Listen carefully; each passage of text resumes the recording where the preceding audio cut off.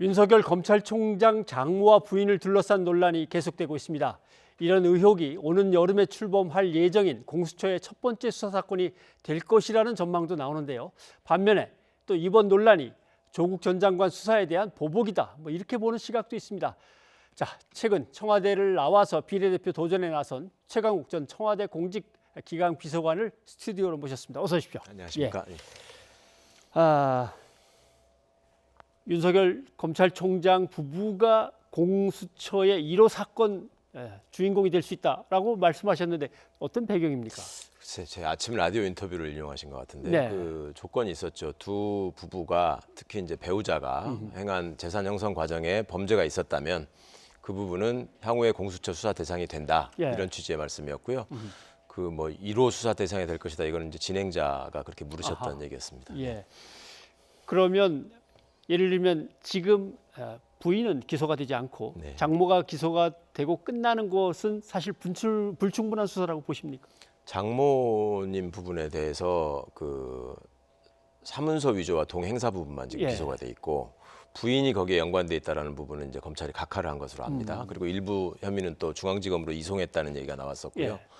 그런데 장모 부분에 대한 그 수사는 명백히 부실 수사였는 거 맞는 것 같습니다. 특히 기소를 함에 있어서 그 법률 지식이 조금이라도 있는 분이라면은 사문서 위조를 한 이유가 예. 그저 뭐 소장용으로 사문서를 위조할 이유는 없기 때문에 더구나 행사까지 겸해진 바에는 그게 이제 사기하고 연결되는 경우가 대부분이거든요. 예. 그런데 이제 왜 사기를 기소하지 않았을까? 이거는 대부분의 법률가들이 문제를 제기하는 지점입니다. 예.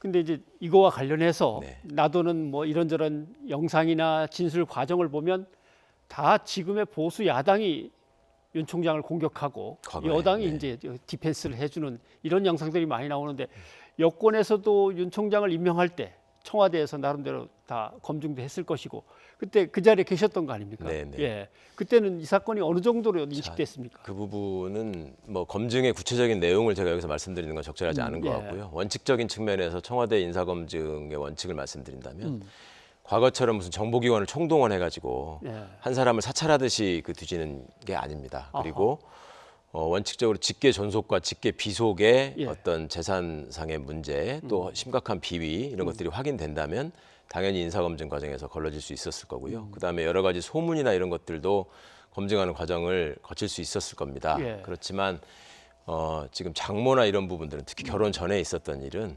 애초에 그 후보자 본인과 상관없는 일이라서 예. 그 부분을 거기다가 이렇게 연결짓는 거는 좀 무리한 것 같습니다. 예, 알겠습니다.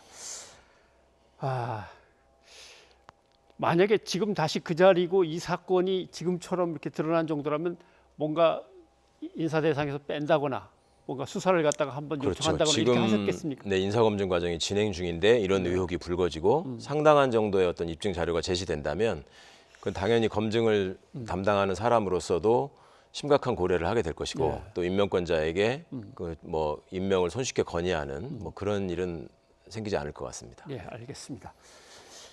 요즘 어떤 사람의 정치인의 정치적 성향이나 나름대로 어떤 입지를 판단하는데 엉뚱한 질문이 들어가는데 그냥 저도 드려보겠습니다. 네. 조국 전 장관에 대한 수사, 그 가족들에 대한 수사는 좀 부당했다고 보십니까? 검찰 수사가?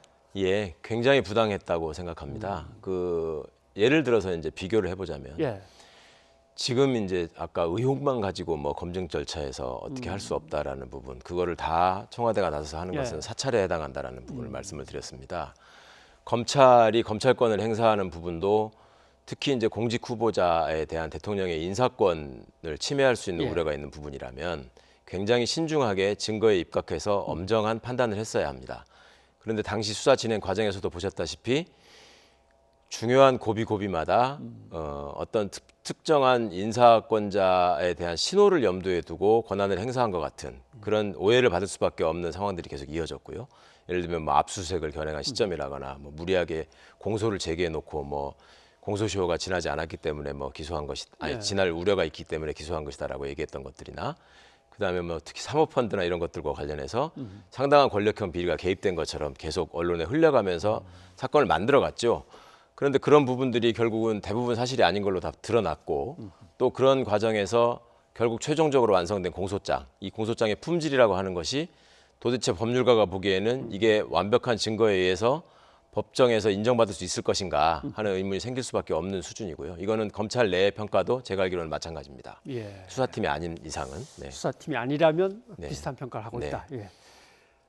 지금 최 후보께서도 네. 어떻게 보면 조국 전 장관 아들 문제죠. 아들의 어떤 인턴 활동 증명서를 그렇게 인턴 활동을 하지 않았는데 나름대로 발급해 주는 과정에 이제 개입이 돼 있다. 그래서 대학원의 어떤 과정을 입학 네. 과정을 방해한 거다. 이렇게 해서 기소가 돼 있는 상태입니다. 네. 예.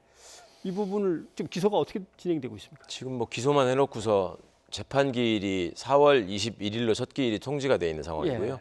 그날 재판부 사정에 따라서 뭐 재판이 안 열릴 수도 있겠습니다만 아무것도 진행된 건 없습니다. 예.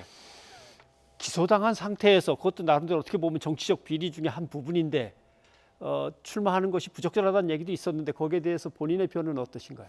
기소당한 시점에 대해서 좀 정확히 상기해 주셨으면 좋겠습니다. 예. 제가 기소를 당한 시점은 설 연휴가 시작되는 직전 전날이었고요. 그날 검찰 인사 발표가 예정돼 있던 30분 전이었습니다. 그것도 관할 검사장의 결재도 없이 네. 예, 차장 전결로 이루어진 일이었고요. 그 부분에 대해서 법무부가 명백히 검찰 내부의 절차 위반이다라고 해서 감찰을 해야 할 사항이다라고 예. 얘기한 바가 있습니다. 그리고 그와 관련해서 예를 들면 인턴 활동에 관한 그 따님 문제, 아들 문제와 관련해서 여러 기관이나 여러 예. 분들을 다 지적을 하고 큰 문제가 있는 것처럼 얘기를 했었죠. 그분 중에 누가 지금 기소가 된 사람이 있습니까? 저는 제가 기소됐던 이유는 검찰 인사를 담당했던 인사의 일각을 담당했던 공직기관 비서관이었기 때문에 검찰 내 특정 세력이 본인들의 어떤 세력을 보존하고자 내지는 인사의 정당성을 훼손하고자 벌인 기소 쿠데타라고 표현한 적이 있습니다. 예. 그래서 기소 쿠데타 또는 뭐 날치기 기소다. 네. 뭐 말씀하셨던 게 그런 취지란 말씀이군요. 알겠습니다. 근데 좀 후보신데 정치기를 좀 해야 될 것 같습니다. 네. 예. 서자다. 뭐 아니다. 그런 아들 아예 둔 적도 없다. 뭐 이렇게 취급을 받는 열린민주당으로 출마하셨는데 네. 비례대표 지금 2번입니다. 네. 예. 출마의 변은 어떤 걸 얘기하시겠습니까? 네, 처음부터 제가 이번 총선에 출마를 염두에 두고 공직생활을 했던 것은 아닙니다. 예. 그거는 이제 지역구 출마 제의를 여러 번 받았을 때 제가 거절한 사정을 다들 알고 계시고요. 이번 상황은 열린민주당이 만들어지면서 특히 이제 비례정당이라고 하는 것이 그 미래통합당, 미래한국당이라는 어떤 기형적인 위성정당이 네. 이제 설립되고 또 그것이 선관위 승인을 받은 이후의 과정에서 선거 민의의 왜곡을 방지하기 위해서 이제 만들어진 거 아니겠습니까? 예. 그 과정에서 열린민주당이 오픈 캐스팅이라는 획기적인 제도를 시작을 했고 그 열린민주당으로부터 어찌 보면 제가 부름을 받은 셈이 됐습니다. 예. 예. 그래서 그 중간에 있었던 뭐 곡절은 좀 있는데 시간이 좀 짧은 것 같습니다. 말씀드리기에. 예, 알겠습니다. 네.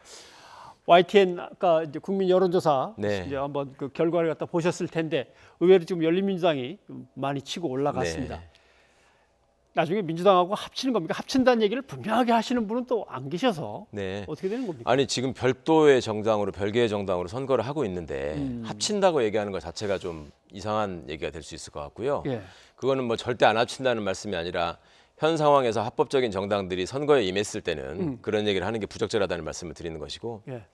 선거 후에 이제 의석이 어떻게 확보되느냐에 따라서는 특히 이제 제 입장에서 보자면 민주개혁 진영의 의석을 최대화하는 게 가장 중요하다고 생각하고요. 예. 또 그것이 최대화한 이후에 앞으로 이제 21대 국회가 성원이 되면 원구성이 되면 개혁 입법들을 충실하게 해나가야 됩니다. 예. 그 과정에서 필요하다면 얼마든지 합당할 수 있을 것이고 또 전략적으로 다른 선택이 더 유효하다면 그렇게 할 수 있을 것입니다.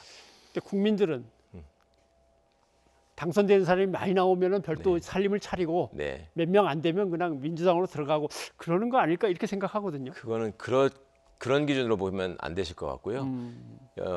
더불어민주당이 예. 지역구에서 얼마만큼의 의석을 확보하고 얼마만큼의 차이를 두는 제1당이 될 수 있느냐 거기에 많이 달려 있다고 봅니다.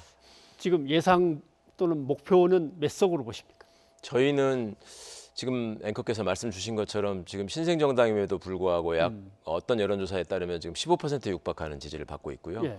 이 추세로 저희가 뭐 큰 실수나 국민들께 미움이나 질타를 받을 일만 만들지 않는다면 20%까지는 무난할 거라고 생각합니다. 그렇게 되면은 뭐 10석에서 12석까지 예, 충분히 가능하지 않을까. 알겠습니다. 2번이시니까 일단 뭐 입성은 나름대로 하시는 걸로 아유 글쎄요. 알고 있으면 되는 겁니까? 아무튼 뭐 힘 있는 정치, 좀가 뭐 개혁적인 정치를 기대하겠습니다. 오늘 고맙습니다. 네, 감사합니다.